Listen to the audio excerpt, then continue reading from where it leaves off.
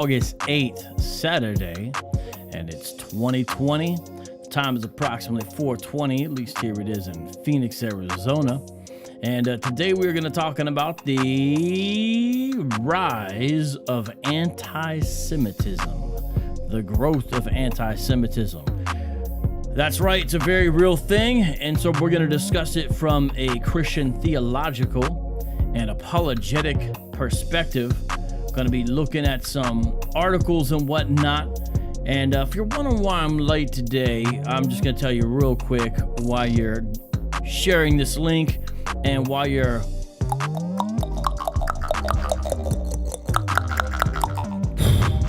hitting that like button. Have you ever seen that Breaking Bad episode where the whole time they just chase a fly in the lab? Well, that was kind of happening here, right? I sat down, was ready to go. I was on time. Everything is set up. And this fly is not going away. And it's a pesky fly.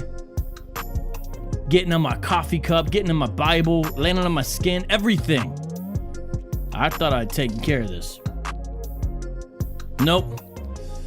So I tried to ignore it at first, but then I realized this is going to be known as the fly show if I don't take care of this right now. So I said, we could be a few minutes late. Well, the fly's not cooperating, getting out the office, getting out the studio. So I grab a broom and I grab my can of Raid, because I'm not playing. While I'm really ready to get this fly, I end up spraying the Raid all over the pages of my open Bible.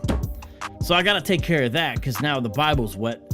And while I'm doing it, I set my coffee cup down on my stack of books I was gonna present today, and it just fell, toppled like the Tower of Pisa is gonna do one day. Just coffee goes all over everything, everywhere. The fly is still alive apparently.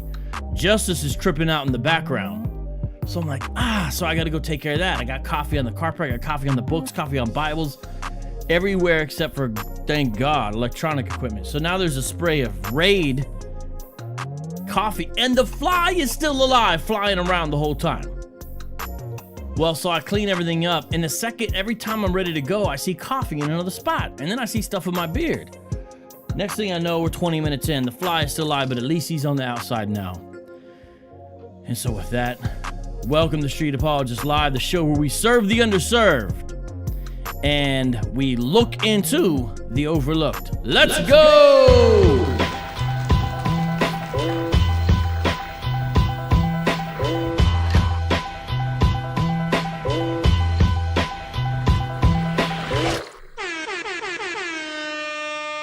What's up, party people? Basic ask, is the fly having my coffee now? No, there is no coffee left to have. It's all over the walls and books and stuff. But I took care of most of it pretty much anyways. Hey, you know what's good? Let's go live on Instagram. Let's see if that works.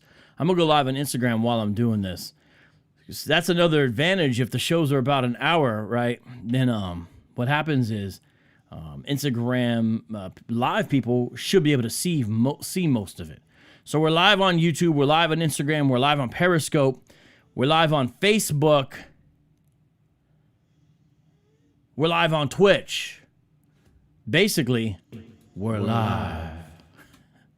All right, so shout out to everybody from all corners of the globe. I have an interesting relationship to this topic right now. Here's why.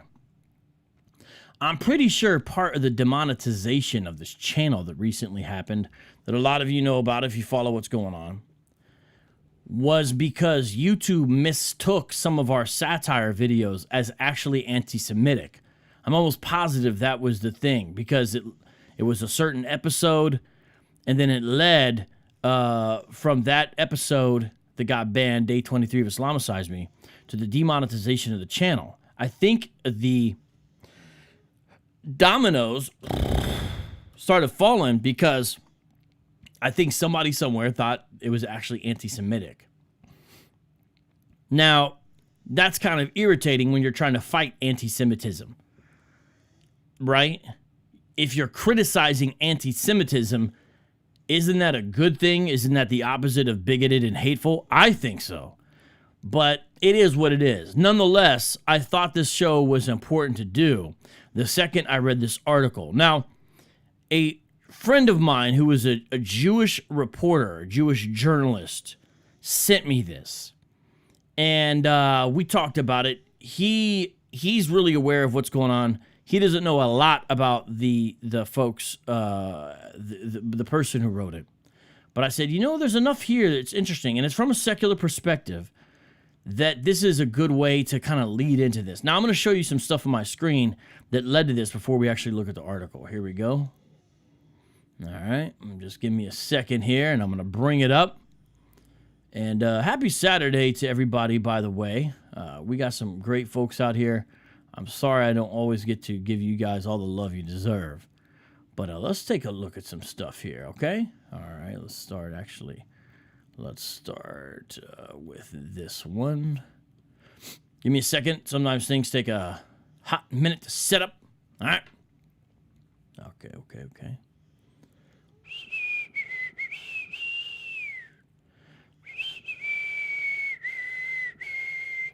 Wow, there's a lot on this screen, and I have a pretty big screen, and yet there's a lot on the screen. Okay. By God's grace, let this work. Oh, that's the wrong. Don't be playing with me. Yeah, it worked. Woo! All right. Twitter is banning black celebrities for anti-Semitic conspiracy theory sometimes. July 27th, 2020. British rapper Wiley was hit with a 7-day ban from the platform after a day-long anti-Semitic rant. What do Nick Cannon, Deshaun Jackson, Wiley, and Jay Electronica all have in common? They all believe the black people are the true Semites, and they have a lot to say about it. Interesting, this is from Vice. Now, this is not the main thing we're going to read here, but, this is, secular media, right? We're Christians. We understand everyone has a perspective. And we look at this, and they are noticing the common connection between Nick Cannon, entertainer, Deshaun Jackson, football player, Wiley, hip-hop artist, Grime, called the guy, the father, grandfather, godfather of Grime, Jay Electronica, kind of underground, old-school hip-hop artist, recently dropped his album finally, considered a lyricist or whatever by many people, works with Jay a lot. They noticed this common theme that they all essentially hold to some version of Hebrew Israelism. That's interesting. Now, I'm not into deplatforming and banning people. I have a high pain tolerance for this stuff, but these platforms can essentially do what they want. In fact, earlier I was looking at an article by, who was the guy? Jared something, known to be a white supremacist. That's how they characterize him. I don't know much about him or anything like that. But he tried to sue Twitter for getting kicked off, and was thrown out of court. Basically the court says, hey, these companies can decide what they want to publish or not. That was the essence of it. So it is what it is, right? Now look at this next article. Jerusalem Post. Has Farrakhan become mainstream in the U.S.? July 13th, 2020. Notice how relatively recent everything is I'm looking at here, right? And here they say this form of American anti-Semitism is more mainstream today. I don't know. I think because of social media, maybe more people who weren't aware of it. Hey, shout out to Sister Cherry on Instagram. I see you, sis. Shout out to Stand Back Media. We got an interview we need to work on, right? Isn't that correct? Shout out to y'all. Hey, shout out to Carm, little C. It's been a minute. Hey, Liza. Hey, D New. Hey, Nate. Hey, we got some great, man. We got the best people. Period. I can't even give a shout out to everybody. We got the best people. All right. So I don't know. The Million Man March really happened. You know what I'm saying? I don't know. But I do know, I think because of social media, people that maybe didn't realize the sway and influence a man like Farrakhan has. I don't think they realized it until social media sort of exposed it maybe a little bit better. I mispronounced the article when I read it, actually. Has Farrakhanism become mainstream in the U.S. Maybe not, but people were definitely taking notice. But I think it's partially because of the new confluence of Hebrew Israelism mixed with Standard Nation of Islam rhetoric, and it's kind of all getting lumped together. But it comes from different places, but there's also a strange synergy going on. By the way, how is the sound here? How is the sound here? Let me get I like it when it's a nice warm sound. So let me get this joint a little closer to the mouth here. Let me see. I feel like that'll be a little bit better. I'm kind of feeling that a little bit better. I don't know about the volume. All right. Next one is opinion piece, Nicole Lampert. Constant, unchecked, dangerous anti-Semitism. Why British Jews are boycotting Twitter. When it comes to racists and anti-Semites, the social media giant seems to think there are good people on both sides. This is how we're fighting back against their inaction. As a self-professed noisy Jew, I don't like being told to shut up. Not talking about anti-Semitism has never, ever made it go away. All right, so it looks like the idea was British Jewish anti-Semitism campaigners stayed silent on Twitter and Instagram for 48 hours as a protest. Was the idea there going on. And, hey, this is the way people view to get things done, boycotts and whatnot. Again, I believe in interacting and having dialogue, but at the same time, I get it, right? I get it. I just, I'm always skeptical about who gets called what. But notice, again, when is this from? July 28th, 2020. Then we go on to a piece in the Atlantic Ideas column. The anti-Semitism we didn't see. Deshaun Jackson's Hitler moment and mine showed the black Americans' experience of racism doesn't automatically sensitize us towards other forms of prejudice. July 13, 2020, Jamel Hill. By the way, even that idea alone actually is partially considered controversial by a lot of people today. Just that little line under the title there. And, these are pieces, again, really by secular thinkers from what I've been able to see. Daniel Edelstein, all right. This is from the Times of Israel. Nick Cannon, the Hebrews, and the consequences of Jewish delegitimization. So this is July 21st, 2020. So here speaking about the issue of saying, hey, modern day Jews are fakes or frauds, being problematic. Of course, they bring up Griff. We did a whole show or two on this already. And of course, Farrakhan is brought up. But really, people got to understand it's not all about Farrakhan now anymore. And he brings this out. I do want to read this little section right here, okay? Last year, echoes of these sentiments were shown to be able to also have lethal consequences. After months of arbitrary attacks on primarily Orthodox Jews in the New York City region, the close of the year culminated in two fatal large-scale attacks.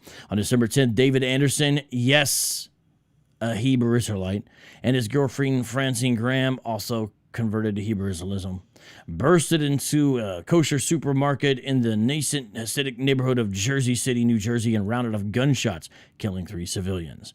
One who was a Gentile Ecuadorian employee, by the way, an Assemblies of God Christian, I might add, who died holding the door for a Jewish survivor behind him to be able to exit first. Yeah, that's, if you're gonna die as a Christian, that's one beautiful way to die. You know what I mean? Look, in an act of selflessness. Preserving life for somebody else, specifically somebody who would identify as Jewish. I think that's beautiful. I'm making the screen a little bit bigger for you guys there. I wish you heard more of the fact that he was a Christian. You don't. Here he's called a Gentile, which is, but he's not called a Christian. Anyways, whatever. As well as injuring another civilian and 2 law enforcement, officials later found scrambled notes in his getaway van and declared he had posted anti-Semitic comments online and was associated with the Hebrew Israelite movement. A tad over 2 weeks later, on December 28th, a knife-wielding man went on a stabbing rampage at a Hanukkah party in a likewise Hasidic neighborhood of Monsey in neighboring New York. 5 men were injured, with one ultimately succumbing to his wounds after 3 months. And Thomas Grafton talking about some of those Google searches and some things in his diary and whatnot. We covered him as well with the Hebrew Israelism. And then they talk about Deshaun Jackson, who we also have covered. Nick Cannon, we've also covered. Stephen Jackson, I briefly covered his response as well. The fake Hitler trope that gets passed around in memes as well. Boom, ba boom, ba ba ba ba ba ba ba ba ba ba ba ba ba. Wait, what's this? Hitchens? I didn't know what's this. Oh, that's weird. That's weird. They got Hitchens up in here. Renowned atheist as he was. They talk about Cube stuff. We also did a show on Cube. All right, so, people are paying attention, right? You cannot forget the Tree of Life synagogue attack, and a big thing that he was upset about was that the murderer there was that he thought Jews were trying to bring in people because of a certain event they hold to replace them, which is similar to the chant of the man holding the tiki torches, if you remember that, which is, of course, they will not replace us. Oh, Jonathan Hawkins is saying you're not getting any notifications anymore. Huh. Did someone else mention that too? JM, I'm latest, didn't get notified. Well, let me tell you guys something. I brought this up, pause, time out real quick. If we could, sorry about that. In regards to this situation, let me bring it up here. Oh man. Oh wow, this is interesting. Sorry, I'm totally getting distracted by so much of this. He's getting into the. He's actually getting into the issues. I have not read the entirety of this piece, so I'm fascinated by this, but I totally got distracted. Okay, what happens is demonetization is not the only problem. They make it harder for you to make high quality videos. And by the way, I don't know if everyone knows, I have had and have a regular secular job ever since the age of 11 years old. That's literally, that is not an exaggeration. The times where I haven't had a job, it's because I've been moving in between something. I've had a job since I was 11 years old, and I've never not had a job, and now is no exception. The monetization simply allows me to spend more time away from said secular job to be able to do videos and do apologetics research and work. Okay, it's not some kind of full thing. It's a partial subsidization, so it helps make this happen. There's just realities of time and family and all that. Now, that being said, one of the other troubling aspects of demonetization when YouTube brings it upon your head is this. They also de-rank you. All the evidence I've seen is that they de-rank you. They don't announce to people about your events and shows. And the reason is because the logic is that now you don't make money for them because there's no super chats, so they're not taking a percentage out of super chats. There's no channel memberships, so they're not able to take a percentage out of channel memberships. There's no ads running, so they're not getting ad revenue. Now, they're the one who brought this curse upon you. But then they further punish you by de-ranking you because they don't want to promote your stuff as much. So we're trying to overcome multiple hurdles, not just the fact of the monthly shortfall, which, by the way, we're getting close to 20% of taken care of on Patreon, which is around $1,100 a month. We're not only getting close to, we're not only having to tackle that, we're having to tackle the fact of being lower ranked in the algorithm. And that is that part of that is strategic. You see the response, what we're trying is shorter videos and whatnot and things like that. I forgot to put the timer up. Eventually I'll get into that habit. This is all new to everybody. But at the same time, we're doing the same thing, which is urban apologetics and trying to make it fun again. Okay? So with that, back to today's regularly scheduled programming. A former NFL player has been freely tweeting anti-Semitic conspiracy theories amid a wave of celebrities spreading similar hate now, August 7, 2020. Now, Larry Johnson has been doing this for a hot minute, but they're kind of just now noticing. He's got over 147,000 followers. My guess is that they're eventually going to kick him off Twitter. And again, I'm not really for that. I'm strongly against anti-Semitism in any form. And that includes the veiled forms brought forth, and sometimes not so veiled, by Hebrew Israelites and the way they try to cloud and muddy the issue. nonetheless, I believe that there should be a lot more. We should be able to talk about it. I mean, look at this. Look at this tweet by Larry Johnson. A racial disparity I'm proud to be part of. African Americans are overwhelmingly underperform in the area of human trafficking, sex trafficking, pedophilia, ritualistic child torture, perversion, human sacrifice, murder, than the Jewish cabal. So it's not just, we don't really do this kind of stuff. It's the Jews do. Then the Jewish cabal, Max Kellerman said, don't exist.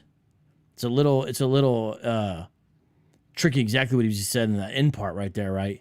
But that's a common trope among Hebrew Israelites and people like that. Look at this, Larry Johnson. When you pray, do not be hypocrites, for they love to be.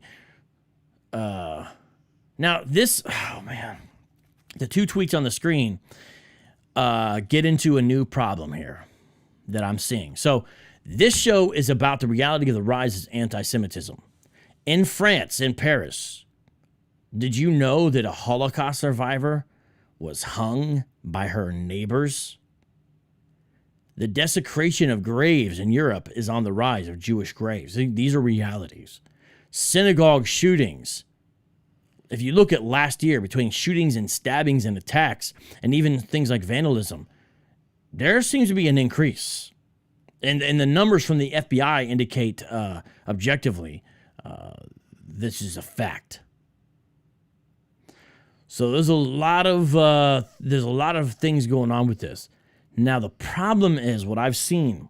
Some sort of secular-minded Jewish folks who've been trying to tackle the issue, which is noble indeed to want to tackle this, right? They've been doing so, laying all the blame on Christianity. Barry Weiss specifically, I have her book, How to Fight Anti-Semitism. I think she's doing some commendable things and standing up to certain bullying practices going on in the media and being able to call out certain forms of anti-Semitism on the left that are a lot of times ignored. However, she says it's built to do the foundation or the scaffolding of Western civilization because of the biblical myth of the Jews rejecting their Messiah. She said this on Joe Rogan, and she repeats it on a regular basis. Meaning, if you look at sort of one of the sort of best friends that has been for State of Israel, Jews and Judaism, it has been, by and large, evangelical Christians. It seems relatively objectively true that that's a fact. And yet, secular Jews, a lot of them that I'm seeing in trying to tackle the problem of anti-Semitism, end up blaming foundational documents for Christians. The Bible, the New Testament. They would not see it as biblical scriptures. And a lot of them, I don't even think, have a high view of canon and revelation in the first place. That's not going to be the answer. That's not going to help. And to the secular Jews who are fighting against anti-Semitism just because they're Jewish, you know, it's a tough thing. Because we're not going to get into this right now, but you cannot really condemn murder, bigotry, prejudice, all the things that are wicked as all get out, according to the scriptures, without a biblical foundational worldview. Now, I get it. People don't think that's true. They want to argue about it. They think it's offensive. They always straw man you as saying that if you are not a Christian, then you can't have morality or you're a bad person. No one's saying that. We're saying you have no ultimate justification. That's a real issue because it makes the morality that you're fighting for and the immorality you're fighting against essentially an arbitrary opinion that you don't like. I don't like people telling Jews not to be quiet. That only goes so far. That's not an ultimate foundation to fight against anti-Semitism. We say every person is made in the image of God. Taking their life is worthy of the death penalty. Especially in a premeditated fashion, I believe. If you want to carry that over, as I think we should to some realistic extent, and to our current laws. We read Romans 9 through 11 as Christians and see the historical pedigree and beauty in God's chosenness for said people. There's a whole thing there. To the secular folks trying to fight anti-Semitism, good luck. Lenny Dykstra, the baseball player. And yes, I know all about his first in his career. Oh, cool. So Lenny Dykstra, the former Mets and Phillies player, he is talking about a little boy, gosh, who at 10 years old was murdered in a gas chamber. You know, it's from the Auschwitz Memorial. And Larry Johnson replies, International Red Cross records say otherwise. So part of anti-Semitism is being a Holocaust denier, as he is right here, and a lot of Hebrew Israelites are as well. Or Holocaust minimizers. And of course they get into Ice Cube as well, and the QAnon people, which I still don't fully understand them or what they've got going on. So that's from Insider. Anti-Semite of the week, Larry Johnson, NFL's chief bigot. Some of these are just horrendous. Like, here's this one saying, Jews' God is Lucifer. I mean, this is the kind of stuff this guy's tweeting, right? Kareem Abdul-Jabbar, interesting guy. He's a Muslim. And he's saying, where's the outrage over anti-Semitism in sports in Hollywood? Which is kind of a fascinating thing. Him writing an article on that, you know, Kareem with the skyhook. I think it's fascinating that he wrote that. Picturing with Ice Cube. Eagles, Marquise Goodwin says, the Jewish community is lashing out at me over BLM comment on Deshaun Jackson's anti-Semitic G-Pass. Excuse me, do I have the hiccups? Do I really have the hiccups? I mean, a fly, a hip, excuse me.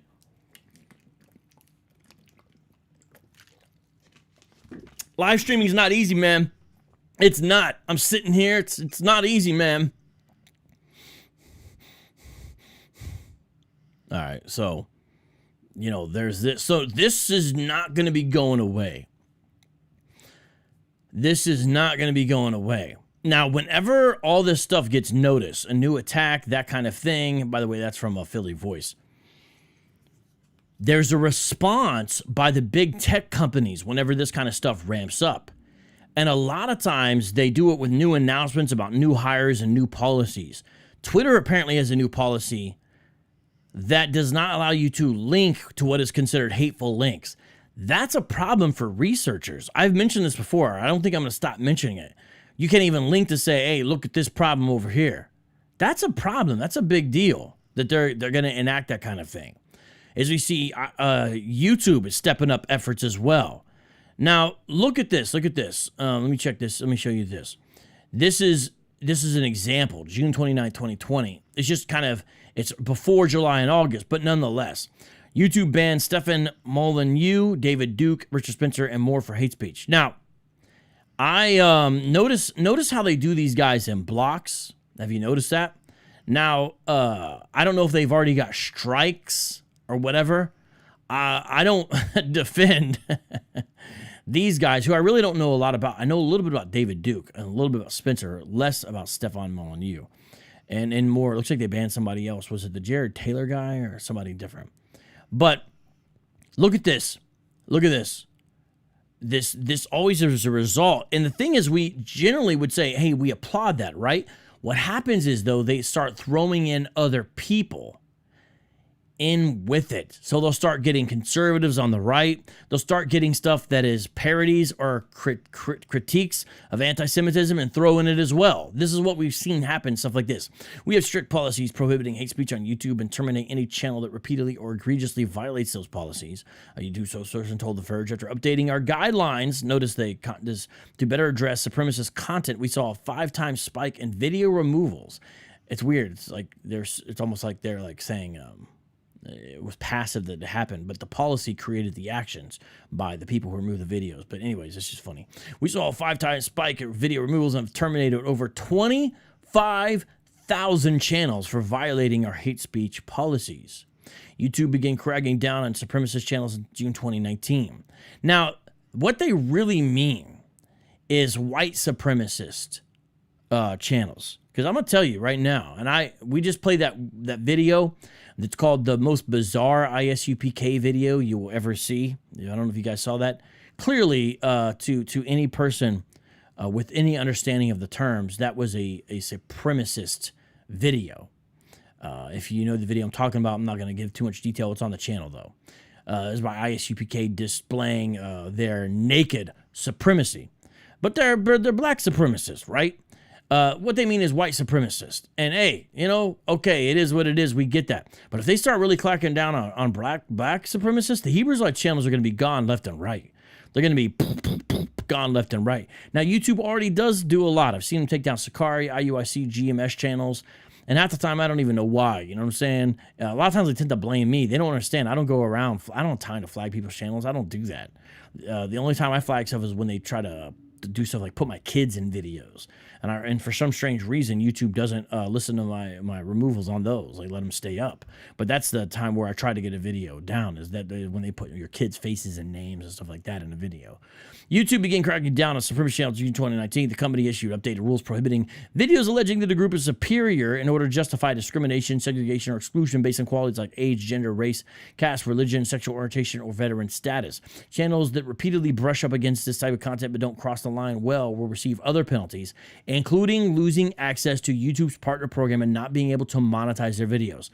That is ironic, because I believe that's where people like myself got caught up in.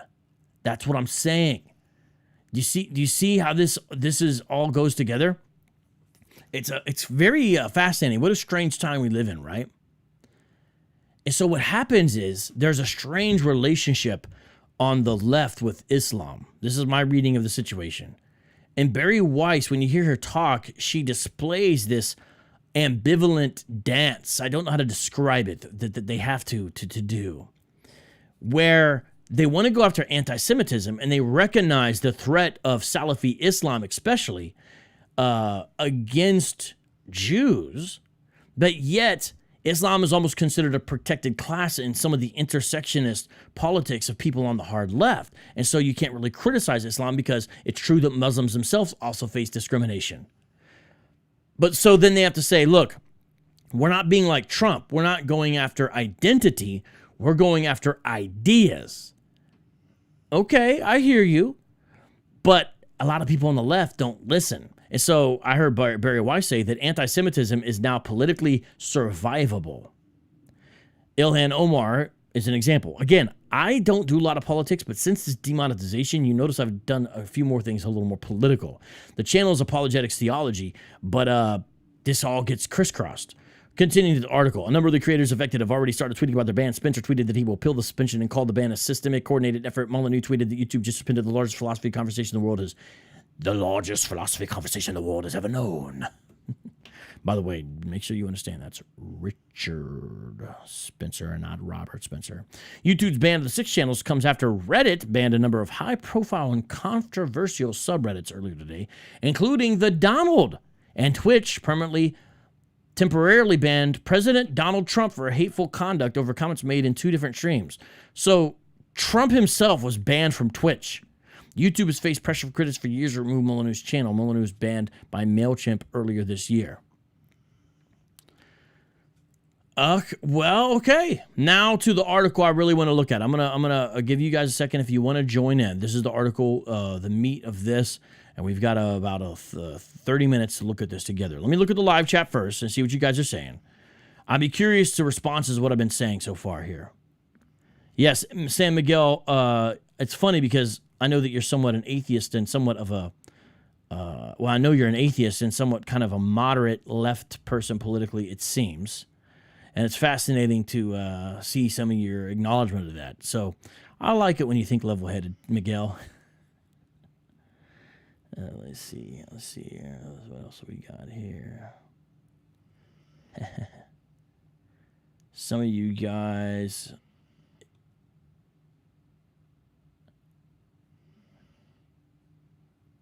And I think that's what happened with my channel, by the way, is BHI channel should be banned from YouTube. Now you can't. I strongly disagree. You can't just say, "Oh, you're a Hebrew Israelite channel, we ban you."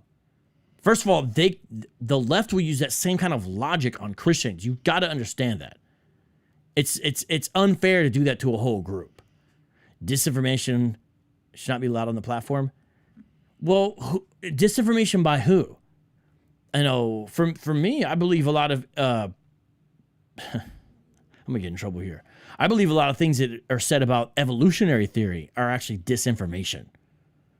But I understand that is, but the reverse is that side of things looks at creationism, as they would call it, as being essentially about as serious scientifically as flat Earth models.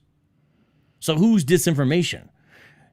Now, I'm not a COVID-19 conspiracy guy. I did a whole show on coronavirus and Christ, and it was basically about taking the virus serious, but from a theological perspective. And I got a lot of hate and people, you're an idiot if you think it's real in any way, all this kind of thing, right? Okay, blah, blah, blah, blah, blah. But I do see when you on your feed and all these platforms say disinformation about COVID-19. I don't know about that kind of stuff. Because Snopes is being shown to be sort of a left-leaning organization, and that's a fact-checking thing. So there's some real problems, man. There's some real problems here. With some of the stuff. I really think whoever you are, whatever your position is, try to be consistent when you talk and think through these issues. We really need to be consistent and ask, what principle are we standing here? All right. Sam McGill saying they banned atheism is unstoppable. I enjoyed some of his videos. I don't think he was a white supremacist, but he had some questionable content. I did not know that. Thank you, D. New, for promoting that.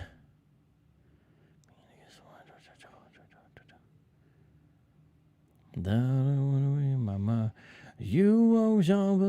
I'm gonna get a drink of water and then continue this article. I'm just looking at the.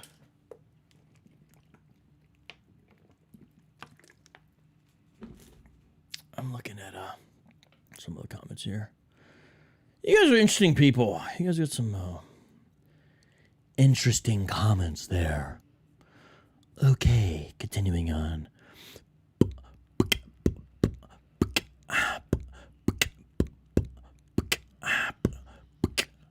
No. I did not say the majority of Snopes is not true. No. Snopes does good fact-checking work. I'm saying that there's been instances, especially basically in their tangles with the Babylon Bee, I think, where you can see they're partially left-leaning in some of what they do.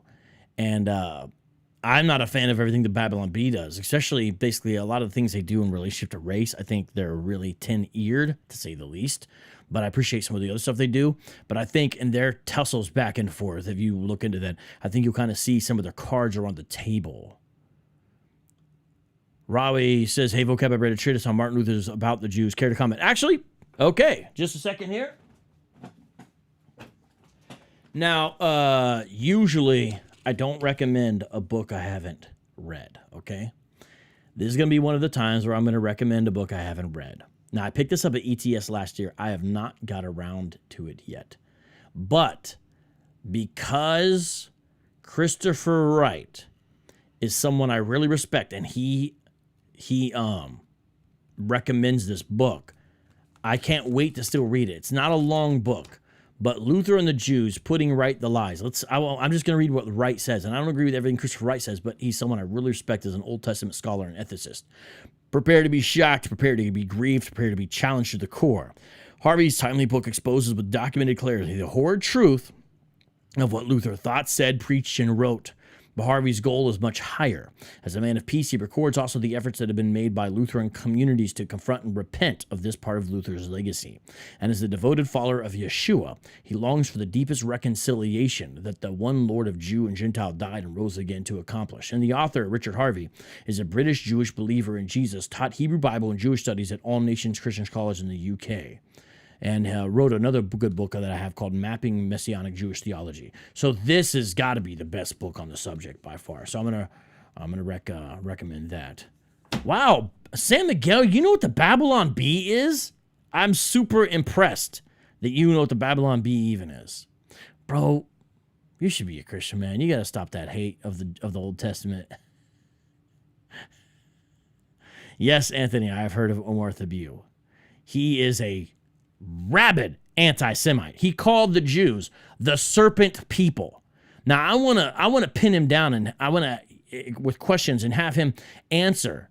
Does he mean the old idea that Jews are actually the spawn of Satan? Because there are people who believe that.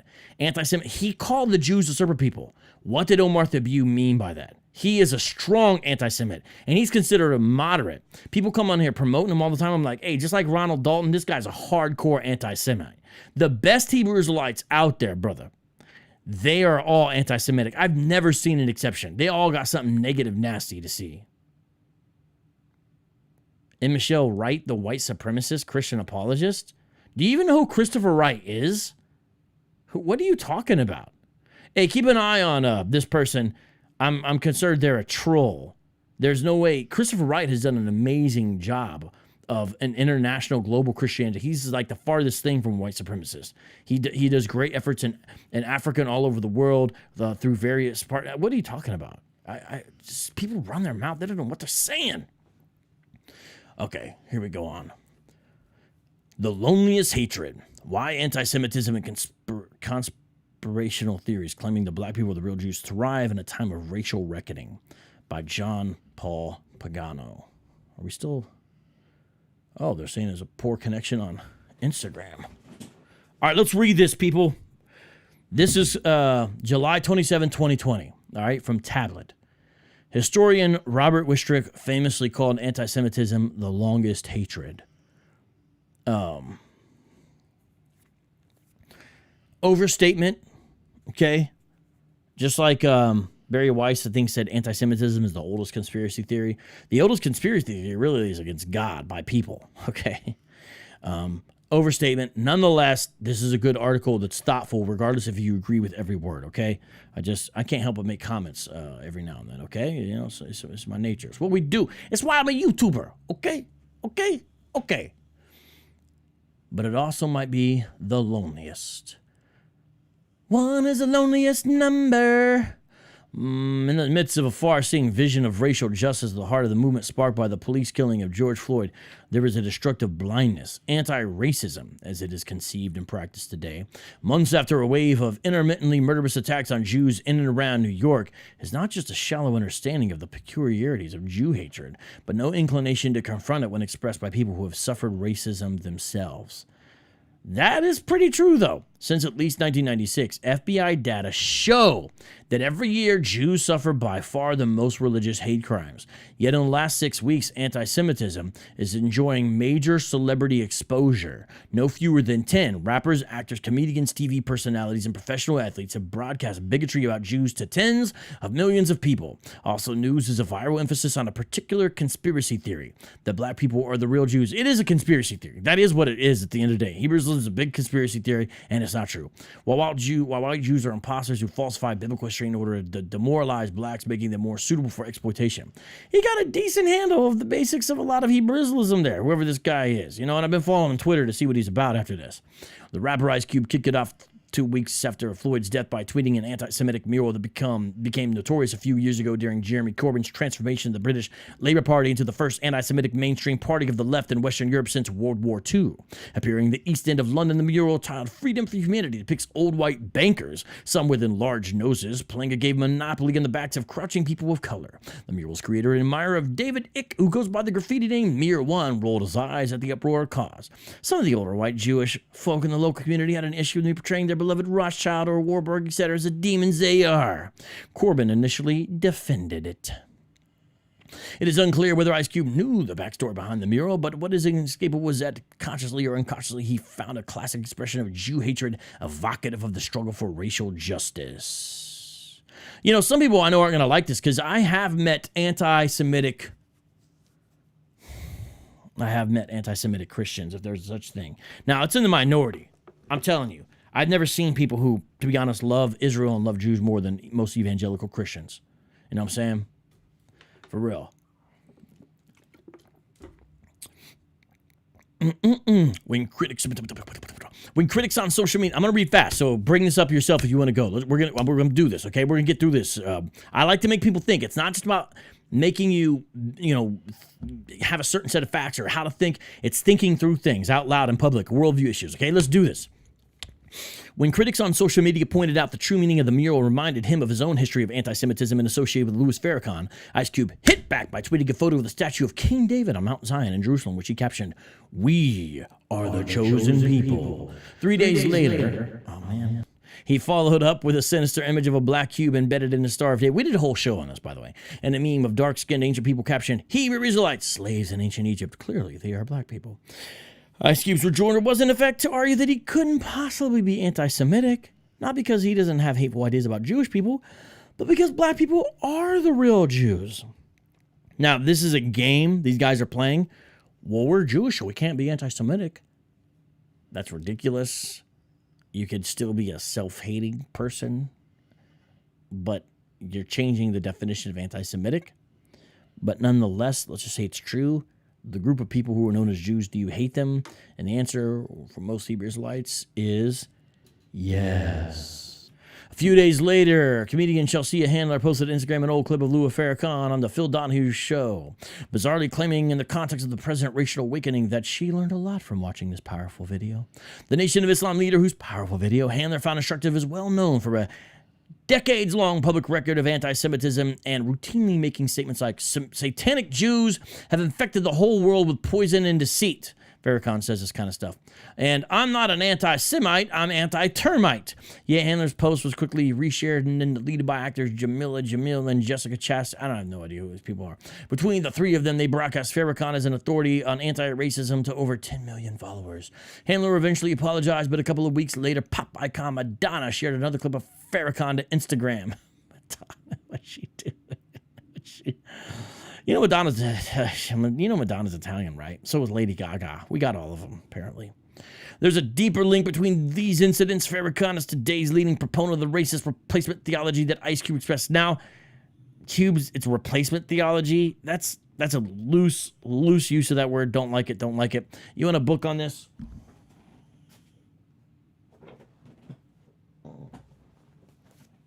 The Israel of God. People who are dispensational would call it embracing replacement theology. I don't agree with all of it, but theologically, it's a good book. I do recommend it. O. Palmer Robinson, The Israel of God, Yesterday, Today, and Tomorrow. It gives you a perspective on this, on what these guys sometimes call replacement theology. The Nation of Islam was founded in Detroit in 1930. It was one of the new religions that flowered in the urban storefront churches during the Great Migration of African Americans from the rural South. Common among them was the goal to restore black self-esteem by reconstituting the history that had been cut off and polluted by slavery. A powerful way to do this was reimagining of the origin story of the Jews along Afrocentric lines. The Israelites of the Bible were themselves black, and blacks today are their literal descendants. That gave these religions a racial register that was restorative, but also potentially exclusive. Now, there's some truth to that. That sort of strange black Israelism that's been present in NOI off and on throughout its history. But see, this is where these authors, even though this is a good piece overall, it's thoughtful, and I still find it interesting, right? You know, it's almost like they're saying black Israelism is a result of NOI theology. But black Israelism existed prior to that. You know what I'm saying? And so I just, you know, okay. You know, it's still good. It's still good. A couple of weeks after the Ice Cube and Handler incidents on Independence Day, a black militia called Not Effing Around Coalition, which we did a whole show on that. Be sure to drop that if you could too. Right? All right. Stage an open carry demonstration near a Confederate monument in Georgia. This bold display nicely fit the ongoing narrative of protests and earned praise on social media until it was revealed that the group's leader, Grandmaster Jay, is an admirer of Hitler. On Twitter, Jay posted photos of a bogus Hitler quote, same one Deshaun Jackson liked, in which the Fuhrer had supposedly confided that civilization was threatened by ersatz, white Jews and Negroes are the true Hebrews. Yep, Hitler said it. It must be true. By the way, he didn't say it. I bought the book in which the quote's supposed to come from for $50 on Amazon just to find out the quote was not there, which I always knew all along, but now I want to have the physical book to say, guess what? Not here. It's somewhere over here, too. I'm not going to look for it right now. I know I'll probably make something else spill. But I showed it to you guys online when I got it.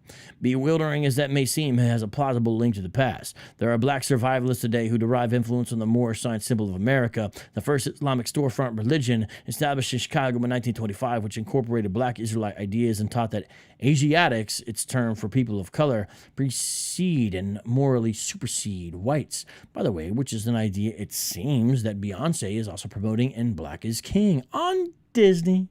Meanwhile, a different version of the same bogus Hitler quote wound up with NFL star Deshaun Jackson, who posted to Instagram 2 days later, again, apparently as a meditation on racial justice. The outcry was swift and Jackson apologized, but the next day, retired NBA player Steven Jackson took to Instagram to protest that Deshaun was speaking the truth, alluding to the myth that whites suppress the Israelite patrimony of blacks. Jackson growls that y'all don't want us to educate ourselves. After taking flack himself, he went on Instagram Live and angrily demanded of a critic, "You know who the Rothschild are? They own all the banks." Next, ex-Kansas City Chiefs running back Larry Johnson joined the fray, tweeting a reference to another racist pseudo-genealogy. Khazarian Jews are not and never have been the chosen elect of God. These three professional athletes reached roughly 2.5 million followers combined. One day we'll have to do a show on the Khazarian conversion theory. Yo, Rawi, I can tell you're just... Shout out to you for hanging in there. I'll just say that. Rawi Yara, I did a whole show on the NFAC. I would, if you could check that out or at least skim through it, and you'll get my understanding of those issues.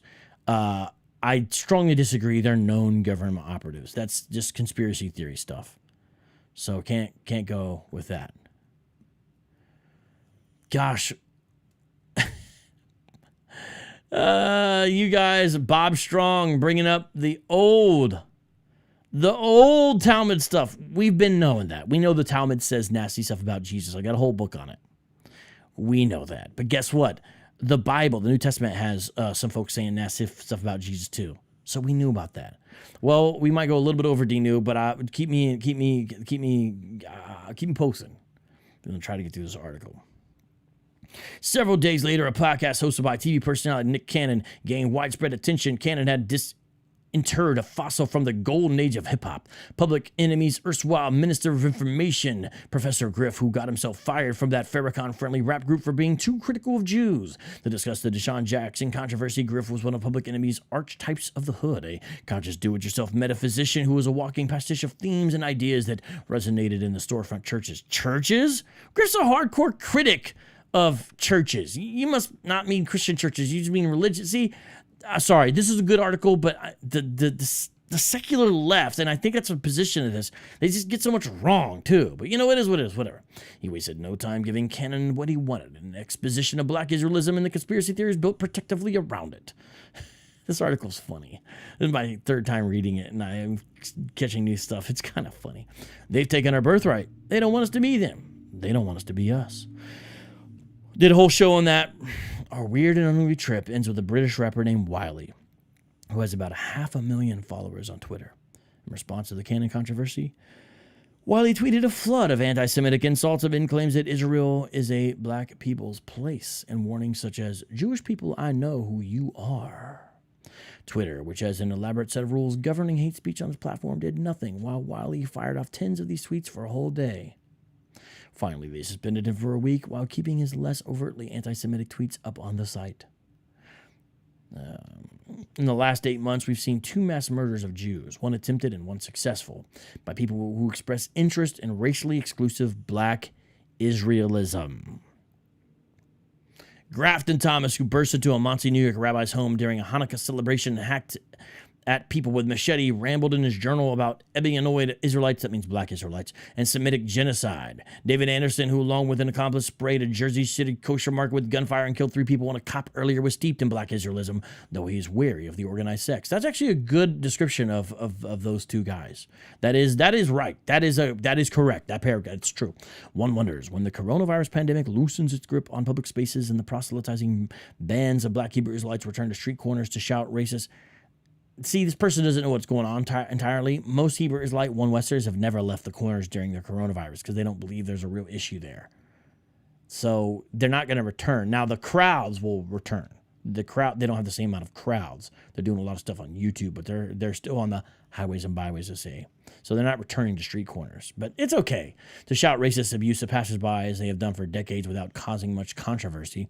Will they draw the attention of anti-racist protesters? Obviously, the answer to that is no. And again, there is a steady anti-Jewish street violence. This is true. This is sad. In New York City, in the last 2 years, social media has recorded a sizable fraction of it in Brooklyn neighborhoods where blacks and Jews coexist. I have a good book on that.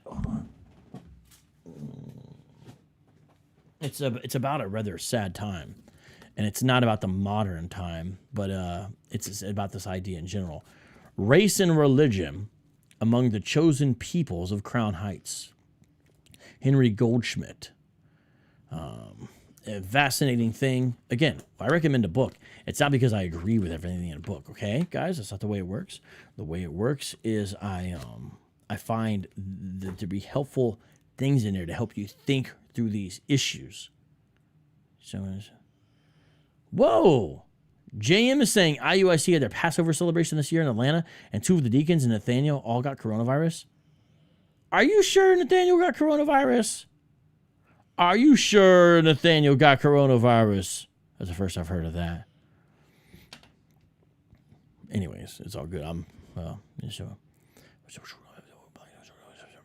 Some of the perpetrators of those hate crimes reveal black Israelite beliefs. One man beat and choked an Orthodox passerby while yelling about fake Jews. Hey, I didn't know about that. Really? Well, we're going to have to look up to that. I did not know I didn't know that. Another shouted, "They're not the Jews. They're not Jews." I didn't know about this. There may be more black Hebrews-like attacks on Jews than I was aware of.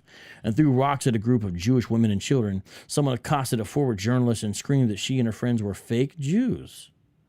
Whose time was almost up? Really? I didn't know about that. A woman berated an Israeli student on the subway. "You ain't even a Jew, you white." I didn't know about that. I gotta look at these. I thought I knew about all this stuff. As Griff noted ominously in the canon, anticipating Wiley. Now because you recognize your Hebrew origin, you know who they are. There is not a racial crisis between blacks and Jews. High-profile African Americans, including Charles Barkley, Stephen A. Smith, Michael Wilbon, Zach Banner, and Kareem Abdul-Jabbar, quickly and resolutely criticized Deshaun Jackson and Stephen Jackson. And not all people influenced by black Israelism, a broad group that includes thousands of African Hebrew Israelites living in Israel, are anti-Semites. They have a complex relationship with the whole issue, I can tell you that firsthand. But in our increasingly panicked politics, where fanciful and vicious conspiracy theories like Pizzagate and QAnon have seen viral adoption, the sudden mainstreaming of a racist conspiracy theory with demonstrated links to violence should stir serious concern. I gotta say, I agree with that. I think that's right. And by the way, look at these side articles that are related. Interesting. Yet when black people express anti-Semitism, it is continually treated as nothing to worry about. It is not hard to understand why. Anti-racist thought developed in response to the racial caste system in America and is primarily concerned with power. For those who are marginalized, it sees an accretion of victimhood. A disabled black woman experiences compounding oppression at the intersection of her identities. On the other hand, those at the top of the racial caste system, whites, are invested with almost mystical power that tends to flatten their other identities. Maybe this isn't a person to the left, because it sounds like they're critical of CRT here. But I'd have to look. I just don't know much about it, but I knew the article was interesting anyway. Whoever this is seems to be critical of intersectionality. So much to unpack. Jews are generally regarded as white and privileged, so in practice, Jewishness seldom registers as a marginalizable identity. Barry Weiss repeats the same idea. I think there's some truth to it. Anti-racists are dumb to our global history of persecution and vulnerability in the present. Because anti-Semitism, like all conspiracy theories, mimics a politics of emancipation. Anti-Semites believe themselves to be opponents of injustice. Yes. Among progressives today, the movement to redefine racism as prejudice plus power, that is, to downgrade non-systemic forms of racism to mere personal prejudice, has ominous consequences for Jews. It fosters the belief that people who are thought to be powerful are deserving of hostility. The idea is, in this in this theory, you're not punching down, like a white supremacist views himself as punching down on others. In this one, the idea is you're punching up. You see what I'm saying? It's almost like more acceptable because of the way it's phrased, because it has to do with power. And when racism poses as resistance by victims of racism, as anti-Semitism often does, it disqualifies Jews from concern. There is some truth to that. Some truth. Those who favor this revisionist definition have made so much headway that Merriam-Webster has agreed to incorporate it. How will we address a form of racism that purports to punch up against an evil elite? Oh, just what I was saying.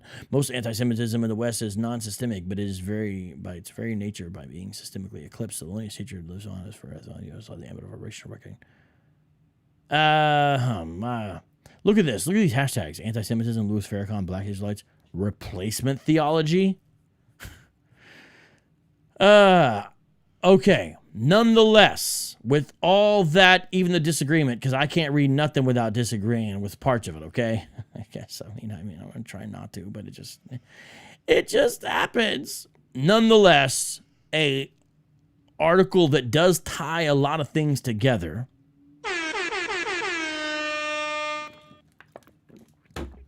And I think between everything we looked at today, you should realize anti-Semitism is growing. Anti-Semitic hate is on the rise. Now, we're going to have to talk about this again because I don't think this issue is going to go away. Christians should be the thought leaders in this and some of the biggest fighters against it. But it's going to be all very tricky because we've got people on the left over here blaming the New Testament as the foundation for all anti-Semitic thought in the West. I don't see how that explains the anti-Semitism of the Quran and the Hadith and from Islamic sources and from other sources, but whatever. Nonetheless, I see a lot of comments here, and I appreciate your guys' comments. Again, I reiterate, just because I read something or recommend it does not mean I agree with everything in it. It just doesn't work that way for me, right? But I'm trying to get people to think, you know? Yes, I fight against things, but also, you know, I'm kind of an intellectually curious I'm kind of an intellectually curious person, and I hope that you guys are too. And so this channel is a weird mixture of intellectual curiosity and wonder and exploring ideas and worldview, and also standing against really bad things. You know what I'm saying? And I get that's not for everybody because it's like a strange mixture. You know, so it's a little dance. But that's who we be here at Street Apologist, where we try to make apologetics fun again, and we serve the underserved, and we look into the overlooked. And I love you, Nate. All right, now, let us continue this conversation tomorrow. I'm going to be opening up the smoke room tomorrow, ladies and gentlemen. I'm going to do it around the same time. Maybe somebody could tell me what time it's scheduled. I don't even remember right now, okay? But it's scheduled somewhere around the same time, maybe a little bit earlier. Yeah, you're right, Dino. That's exactly right. You're exactly right. That's exactly right. What's up, Isaiah Braxton? How you doing? What's up, Corns? What's up, Andrew? What's up, Bryant Cooper? And what is up, Critic in 1987, Shakar and Anthony? How y'all doing? But check this out. With the smoke room, I don't think it's going to be kept to an hour. That might be the exception of the things we do here, okay? Oh, it's 7 p.m.? Okay. Robbie, I did answer one of your questions. I don't have to answer all your questions. I'm doing a topic here.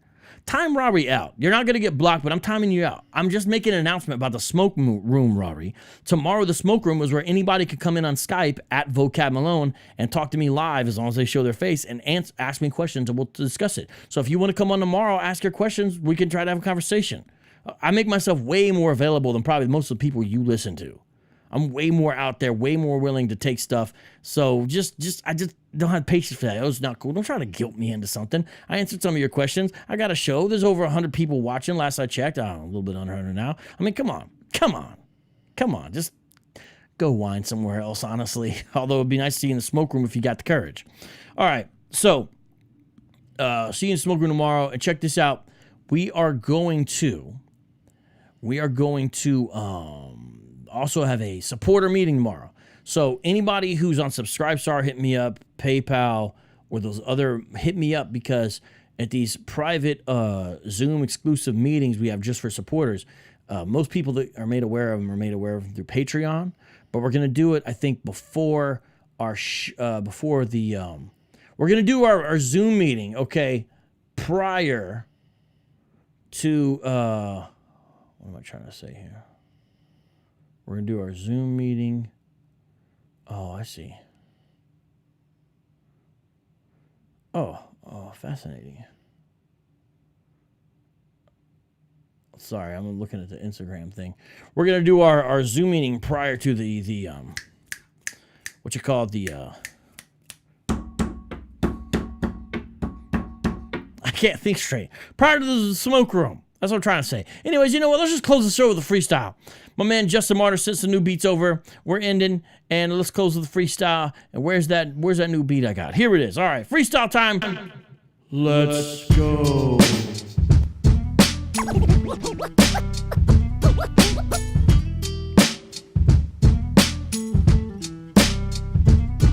Yeah. How we looking? How we looking? Yeah. How we looking? Yeah.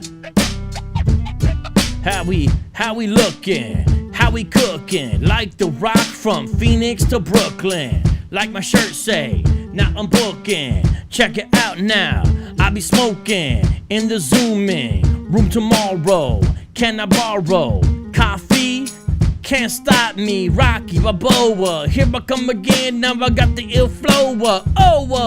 Bring in the guitar, travel the beat like it was a car. Not no star, not a candy bar, but I rock this mic all the way to Mars. Hardy har, Hagar, the horrible, terrible Vocab Malone. You know it's wearable like my hat on the top of the head. Vocab Malone spit rhymes till I'm dead. Right said Fred. Who is that? Got the new boom, boom, boom, boom bat with the rap attack. It's all of that. Back in the day, had a backpack upon my back filled with spray can. Got the control with the right hand. Called King Control, check it, my man. Here I go, kick it like a kickstand on my bicycle with the icicle flow. It's so cold, sick, you know. Cyclical, disciple, cycle. Rock the mic, I be like Michael, Psycho, Myers. Give me the pliers, Vocab Malone. You know I bring the fire. Liars hate this channel, but I keep it warm like flannel.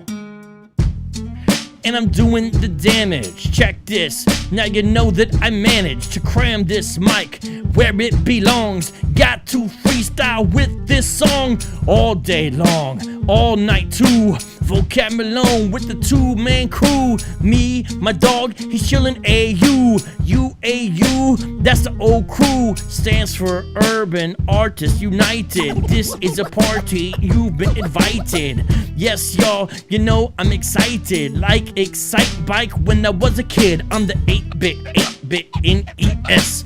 Vocab got the cap on my chest with the shield. You know I feel. Shout out to Divine, my man Ron Shields. Sometimes when we're friendly, but sometimes he treat me like an enemy.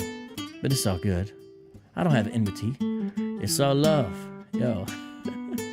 1, 1, 1, 2, 3, into the A to the T-E, plus rocks B and the D, new, true, and Liza G, I meant J, hey, plus Little Carm, beat was dope and ain't bring no harm, so please remonetize, guys, cause I speak truth, I don't speak lies, I'm fly like the wings that was here in the studio, check it out, this is into the flow, wanna do one more, bro? Okay. 1, 2, 3, 4. 1, 2, 3.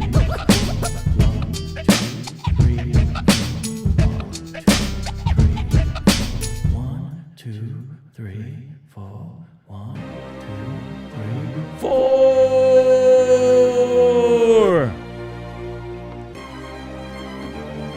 Let's close with one more freestyle. Justin Martyr, what are you doing? Justin Martyr, what are you doing, man? Yo. Bring in that track. Bring in that track. Bring in the track. This track bring me back. Vocab Malone with the freestyle rap. Bring the hand clap, bring the neck nod. You know I spit hard, you know I spit for God. You know I spit hard, saliva. Fix this beat like it was MacGyver. Got a screwdriver, not no alcohol. Vocab Malone say, yes, yo! Not no dancehall singer. Check this out. I got the ring finger, Italiano, that's what we do. Sipping on the latte, skip that brew. Mic check, 1, 2, from here to NYC, and also the coast too, to the west coast. What's the best coast? Make it Midwest, we burn you like toast. Give a double dose of dope, double dose of ghost, double dose of hope, double dose of I don't know, man.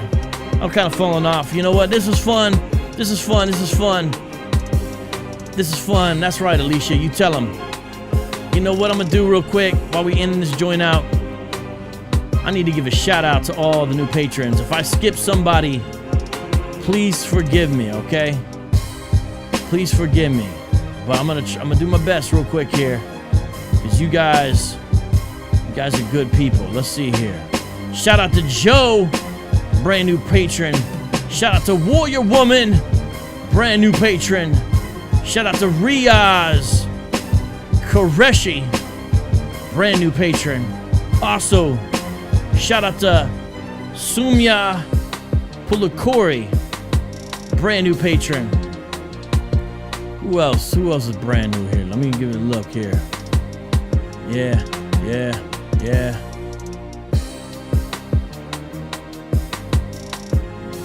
There's a couple more. Hold up. How do I filter this? Yeah, Joe Sharp, Warrior Woman, Riaz Koreshi, Sean Gregory, Jesse Dornfeld, Alicia Henderson, Mark, Jennifer Snelling, Timothy Hughes, Mike Witt, Craig Matchett, Curtis Hall, Naomi Madeline, Mark Fonner, Renee W., Bruce Bartleson, Aracelis Diaz, Adam Coleman, Brenda Todd, A Fresh Coat of Paint, Ashaya, Anton, Douglas Mast, Jimmy Ma, BB, Kathy, Ellie. Now I'm going all the way back to mid-May. RR. Let me stop right there. Anyway, shout out to y'all. Let's end the show. God bless. Shalom. Peace. Turn your radio up. Whoa. Radio time. Whoa. You're now listening to Street Apologist. Street Apologist. Street Apologist.